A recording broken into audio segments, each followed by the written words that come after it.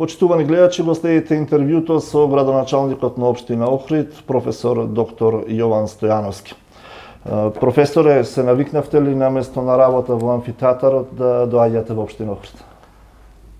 Морам да признам дека се навикнувам се уште, затоа што е голема разликата помеѓу она што значише работа како професор на факултет и ова кое што сега е турбулентна околина во рамките на општината. Околу еден месец сте, не цел месец на градоначалничката функција, ги согледавте ли состојбите, во каква кондиција општината, го составивте тимот, поделивте задачи, како оди? Јас имав една добра стартна основа, тоа што поминав 4,5 години како советник и отприлика тоа првично скенирање и на општинската администрација и на работењето на локалната самоуправа, веќе до некаде го имав поминато, значи тоа скенирање. Меѓутоа, ние продолживме како тим и понатака да го вршиме анализирањето на работењето на локалната самоуправа и онака длабински да пристапиме кон анализа на сите проблеми кои што очекувавме дека ќе наидеме на нив. Да.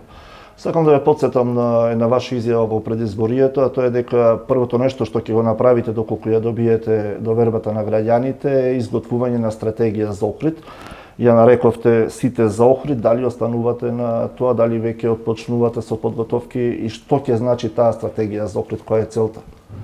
Да, еден од клучните проекти со кои што ние настапивме во предизборието беше токму таа интегрална стратегија за развој на Охрид, која што ја нарековме сите за Охрид. И ние ги отпочнавме, се разбира, подготовките за изготвување на таа стратегија и веќе разговараме со оние кои што ги сметаме за партнери во изготвувањето на стратегијата и денови очекуваме уште неколку институции да ја дадат согласноста дека ќе пристапат кон изготвувањето на таа стратегија. Таа стратегија треба да го опфати планскиот период до 2023 година и во таа стратегија треба да бидат наведени разрешувањата на сите оние проблеми со кои што се содруваат граѓаните во своето живење, посебно урбанистичките планови, заштита на животната средина, сообраќајните решенија и се разбира економскиот развој, кој што треба да биде базиран и на демографските показатели, со кои што ние денес се содруваме како општина Охрид. Дали ќе има промени во работата на администрацијата? Се планирали промени на раководни позиции, нова систематизација, можеби рационализација? Да, веќе наредната недела, односно на наредниот совет на општина Охрид ќе биде донесена новата систематизација која што се изготвува и која што се планира. И она што е многу битно, треба да се разгледува како таа внатрешно ќе биде организирана таа шема, затоа што мора и според одредени препораки и на Европската Унија кон која што тежнееме, има препораки за скратување и на бројот на позиции, значи не на бројот на работни места, туку на бројот на предвидени позиции во рамките на систематизацијата, а секако и дека треба да се промени до некаде и описот на работните места и работните задачи кои што на секоја од тие работни позиции треба да се извршува. Значи, на наредниот совет ќе биде донесена новата систематизација. Го спомнавте советот на седницата, на последната седница, избран е председателот Живко Ангеловски од редовите на СДСМ со 12 гласа за, со гласовите на коалицијата на ДУИ, Алијансата и БЕСА. Еден советник на коалицијата предводена од СДСМ од ВМРО Народна партија, Филип Јовановски, гласаше за воздржан. Дали е тоа некаков знак, можеби, дали нешто не функционира во коалицијата? Очигледно политичкиот пазар се уште не е завршен. Дали тоа може да представува проблем во функционирањето на локалната самоуправа, а и не би требало и на самиот градоначалник? Се соочувате ли можеби со некакви политички уцени, барања, компромиси? Ајде да не ги нарекуваме уцени, нека стои вториот збор кој што вие го употребивте, тоа се барања. Советничката листа предводена од Социјалдемократскиот сојуз во себе вклучуваше 6 коалиции, од тие 6 коалиции 5 беа избрани, значи советници се надвор од Социјалдемократскиот сојуз од 5 други коалиции. Така да уште и кога се конституираше советот, јас дадов изјава во која што кажав дека градоначалникот во наредниот 4-годишен период нема да биде комотен во своето донесување на одлуки и дека секогаш тоа ќе биде онака како што го сакам и јас, како представник на Социјалдемократскиот сојуз. Значи, и внатрешно, во рамките на советничката листа, ние имаме коалициони партнери, на кои што секако дека треба да му се задоволуваат барањата, имаат понекогаш и различни погледи, па дури и различни идеолошки погледи. Меѓутоа, јас тогаш кажав дека сето тоа е добро, затоа што на таков начин ќе се зголеми одговорноста во донесувањето на одлуката од моја страна како градоначалник на Охрид. Изборот на председателот на Совет се одвиваше онака како што се одвива и целокупната власт во нашата држава. Тоа е коалицијата помеѓу Социјалдемократскиот сојуз и ДУИ на централно ниво, исто така беше пренесена и на локално ниво. Советникот од ВМРО Народна партија гласаше за воздржан, тоа си е негово демократско право, се разбира, и тоа ние понатака ќе одлучиме во кој правец ќе се развива заедничкото делување помеѓу нас и нив како првичен коалиционен партнер. Деновиве назначивте неколкумина директори на јавни предпријатија и на училишта. Што е со останатите? Дали се работи за некоја стратегија кога тие ќе бидат назначени и што очекувате од новите директори воопшто? По јавноста веројатно допираат до вас зборувањата на чаршијата кои плетат приказни разни имиња, дури и за оние кои се назначени за позициите, но како вие гледате на овој дел од менаџирањето на локалната самоуправа? Па еден дел од менаџирањето на локалната самоуправа е токму поставувањето и на нови директори, особено на училиштата и на детската градинка, а воедно и на 6 јавни комунални предпријатија. Сите овие ќе бидат завршени денес или утре, имињата се речиси готови и помина одреден период во кој што и јас како градоначалник барав секако дури за ВД директори да доставят одредени програми во кои што ќе бидат изложени нивните гледишта, нивните стратешки цели и приоритети и плански акции како ќе го подобрат развивањето на сите тие јавни комунални предпријатија и на училиштата. Основен проблем, посебно во училиштата кој што беше детектиран и во претходната власт, па дури и сега, е тоа што секогаш директорите се поставуваат од позиција на наставници и им фали одредена менаџерска компонента и менаџерски знаења, така да во наредниот период ќе се работи на подигнување на капацитетите на директорите и на училиштата и на јавните комунални предпријатија. Особено заради тоа што сите тие се соочуваат со сериозни проблеми кои што беа затекнати од претходната власт. Како ќе ги решаваме тие проблеми? Дел од училиштата се соочуваат со неплатени сметки, дел од јавните предпријатија со блокирани сметки. Па и наскоро ќе видите и вие и јавноста од Охрид, ќе видите на кој начин ние ги планираме разрешувањето на тие проблеми. Се разбира, тука најсериозен проблем е основното училиште Глигор Прличев и онаа ситуација во која што од основен долг од 4 милиони, во моментов долгот е нараснат на близу 40 милиони денари, заради тоа што никој претходно не сакал да го разреши проблемот со Глигор Прличев, а проблемот мора да го разреши оној кој што да го реши оној кој што е всушност основач на тоа училиште, а тоа сме ние како локална самоуправа, значи општината Охрид. Така да ќе пристапиме кон почнување на решавање на проблемот и најверојатно тоа ќе се одвива на таков начин што ние ќе го преземеме како општина Охрид, како основач на училиштето Глигор Прличев, ќе го преземеме целокупниот долг, за да може да биде одблокирана сметката и да може Глигор Прличев, основното училиште, да премине во едно мирно менаџирање на понатамошното работење, а со тоа и децата кои што учат во тоа училиште би имале и соодветни услови за развој. Што ќе биде со работниците на кои не им е решен статусот? Има ли такви во локалната самоуправа, во училиштата, во други институции? Дел од нив и подолг период работат без решение за работа, некои со чувствителни категории, како што се деца со посебни потреби. Планирате ли распишување конкурс? Какви ќе бидат критериумите? Дали квалитетот ќе биде тоа што вие ќе го барате од идните работници вработени? Па одговорот на ова прашање ќе го насочиме во два дела. Едниот дел е она што ќе се случува во општинската администрација и во јавните комунални предпријатија, а вториот дел е она што ќе се случува во основните средните училишта и детските градинки кои што се на територијата на општина Охрид.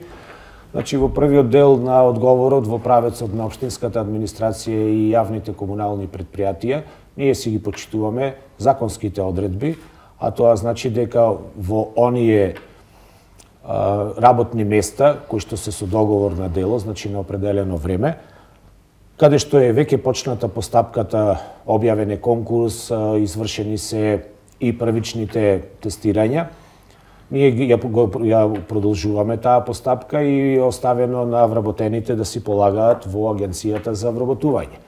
Што значи дека ние нема да го прекршиме законот заради тоа што дел од вработените кои што се во општинската администрација и во јавните комунални предпријатија биле вработени од претходната власт. Значи сакаме да имат континуитет, сакаме да имаме и мирно решавање на проблемите. На оние места на кои што се вработени луѓе на определено време, меѓутоа не е отпочната постапката, ќе има ревизија, ќе го видиме и квалитетот на тие луѓе и секогаш квалитетот ќе биде оној кој што ќе е одлучувачки фактор при донесувањето на одлука дали ќе биде продолжен договорот на дело или дали ќе биде примен во работен однос на неопределено време. Значи, квалитетот се изразува преку тестирањето во Агенцијата за вработување. Во однос на училиштата и на детските градинки, кои што се на територијата на Охрид, во моментов имаме одредени места кои што беа на определено време, нив ги анализираме и донесуваме одлуки дали ќе бидат заменети, дали некои ќе бидат оставени, но и тука вршиме една длабинска детална анализа на постојните вработени на определено време, дали тие работеле добро во изминатиот период и на голем број вработени и ќе му ги продолжиме договорите како што го направивме веднаш на почетокот. Меѓутоа секако дека ќе има и смени и нови вработувања, затоа што и во новата политичка опција има исклучително квалитетни луѓе кои што беа спречени од претходната власт да добијат равномерна шанса за вработување. Има ли ревизија на реализираните проекти, но и на започнатите, а не завршени проекти од претходната локална самоуправа, што со пазарот, автобуската станица, планирана беше реконструкција на КЕО-от, ќе има ли? Значи вака, ние уште веднаш кога стапивме како нова локална самоуправа на власт, си побаравме од Државниот завод за ревизија и тоа секојдневно го бараме да не биде испратено она кое што е задолжително, а тоа е да биде извршена ревизија на претходното работење. Тоа е сосема нормално при една промена на власт да се изврши ревизија што се сработило и како се сработило во изминатиот период. Меѓутоа, паралелно додека ги чекаме ревизорите од Државниот завод за ревизија, ние пристапивме и кон интерна ревизија и на сите проекти, она што е добро и она што е започнато и она што е во интерес на граѓаните секако дека ќе биде продолжено. А во моментов сме и во процес на изготвување на новите буџетски програми за буџетот во 2018 година и обликот на тие буџетски програми и на буџетот за 2018 година секако дека ќе има една, би рекол, една нова арома, една нова димензија во кое што ќе биде зачинето влијанието на новата општинска администрација. Така, го спомнавте буџетот кој го креирате, кои ќе бидат приоритетите, може ли нешто да откриете? Па, значи, во моментов сме во изготвување на тие буџетски програми и приоритети ќе бидат одредени, планирани проекти кои што беа во нашата предизборна програма. Добро. Наследивте и неколку жешки костени, еден од нив е оспоруваниот хотел во Лагадин, што ќе биде со него? Да, хотелот во Лагадин на некој начин станува проблем и на новиот градоначалник и на новата општинска администрација заради подпишувањето на тие решенија за градба кои што му беа дадени на приватниот инвеститор. Меѓутоа тука проблемот е повеќе, би рекол, на државните институции, на инспекторатот од Министерството за заштита на животната средина и Министерството за транспорт и врски. Ние во текот на утрешниот ден имаме повикано комисија со која што ќе разговараме за исправноста или неисправноста на документите кои што се издадени за изградба на овој хотел и така да врз основа на ставовите на комисијата, на стручната комисија, ќе го изложиме и ставот на општината како понатака да се реша овој проблем. Уште едно прашање кое е повеќе во ингеренција на државните институции, но ја засега целата заедница. Веројатно ќе следите случувањето околу изградбата на Али Пашината џамија во Охридската чаршија. Дали тоа некако може да влие на добрите меѓучовечки, меѓуетнички односи во општината, како вие како градоначалник гледате на сите тие случувањата?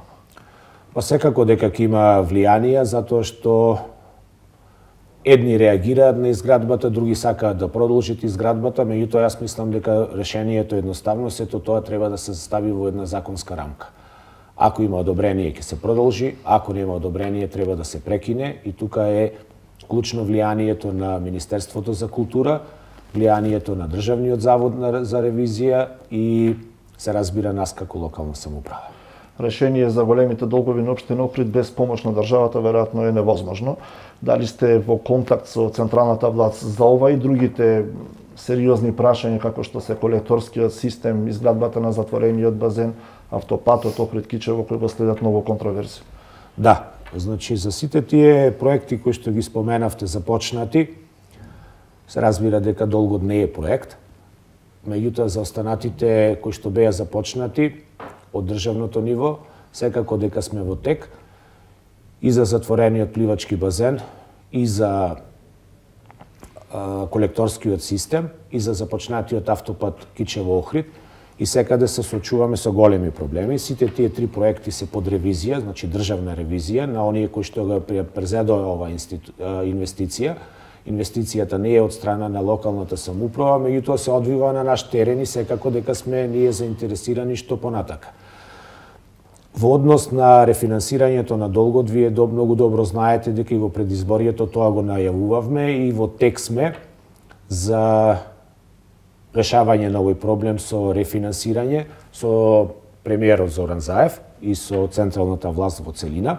И таму се работи на земање на еден нов кредит со кој што ќе се рефинансира долговите на сите општини на територијата на Република Македонија, што е добро решение, затоа што на таков начин веќе ќе имаме едно ефтино финансирање на општините и тие ќе можат мирно понатака развојно да делуваат.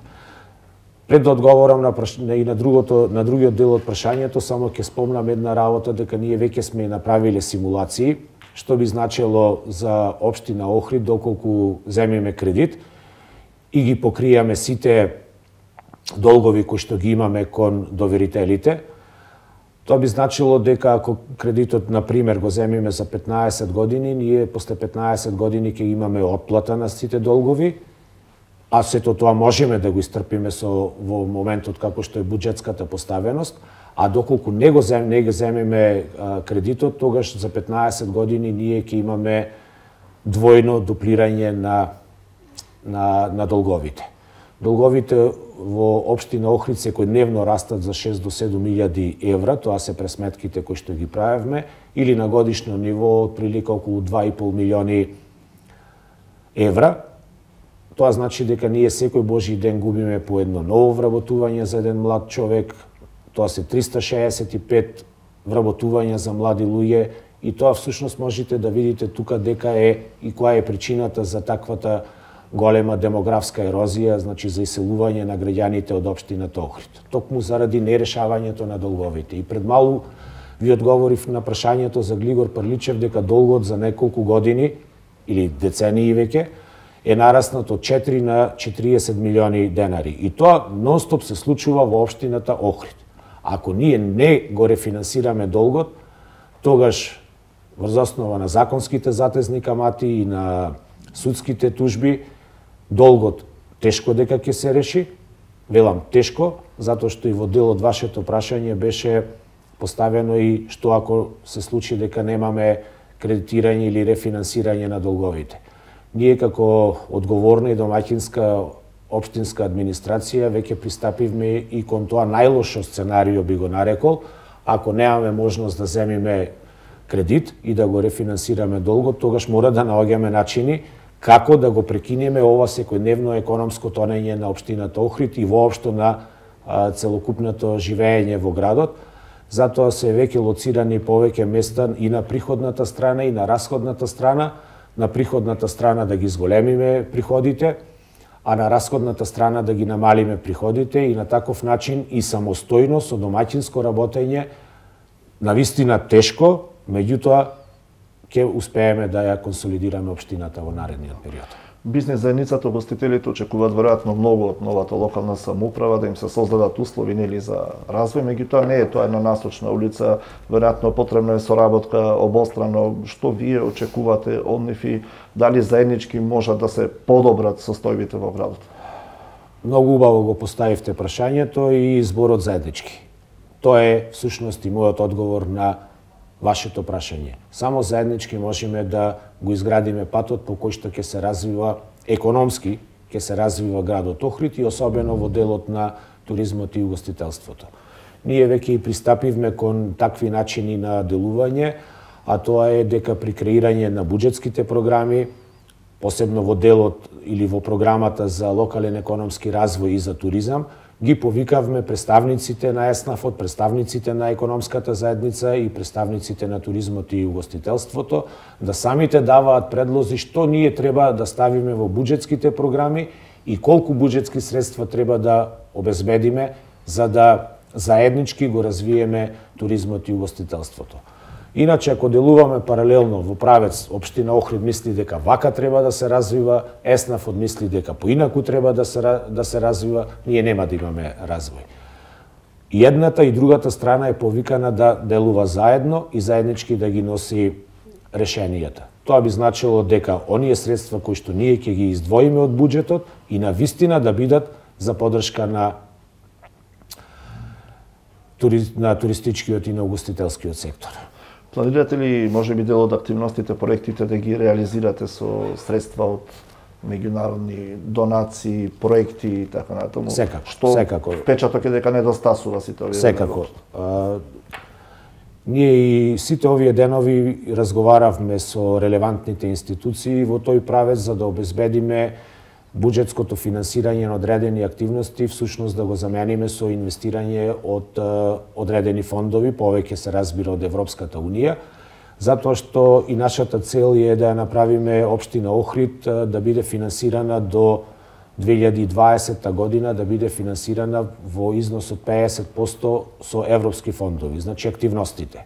И на таков начин би имале повеќе средства да издвојуваме за граѓаните, за оние активности кои што едноставно не се достапни до европските фондови. И во тој случај би имале и реализација на голем број на активности кои што ги очекуваат граѓаните од нас.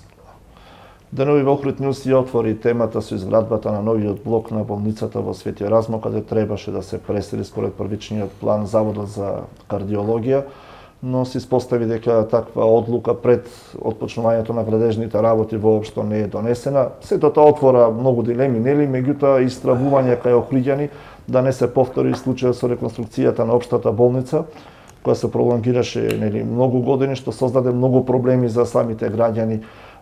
Како вие, како градоначалник, гледате на сето тоа и може ли на било каков начин општината да помогне во разрешување на овој голем проблем? Општината може да во овој случај да помогне само со добра волја. Значи со седнување заедно и вклопување на проблемот кој што во моментот се разгорува со болницата Свети Еразмо, да помогне да го вклопи во онај проект кој што го ветувавме во предизборието, а тоа е здравствениот туризам. За тоа ќе треба време, меѓутоа ние не сме во овој момент онаа релевантна институција која што ги носи решенијата и одлуките. Така да све она кое што треба да се помага, ние сме спремни да го помогнеме кон здравствените институции, меѓутоа сепак тие се под надлежност на Министерството за здравство и на владата на Република Македонија. Така. Дали е потребна поголема децентрализација? Да. Јас сметам дека тоа мора да биде задача и на централната власт, меѓутоа и на нас како локална власт, затоа што централната власт треба да делегира повеќе од надлежностите и правата и обврските да ги делегира кон локалната власт, а ние како локална власт треба да извршиме понатамошна децентрализација и да му дадеме поголеми права и обврски на местните и урбаните заедници.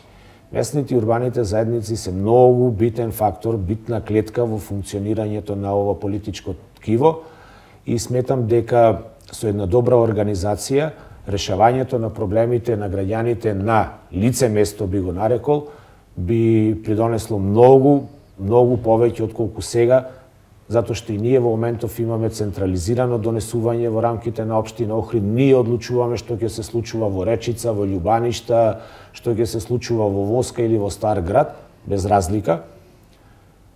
А најдобар начин би било кога сето тоа би се одлучувало меѓу граѓаните, како што реков, на лице место.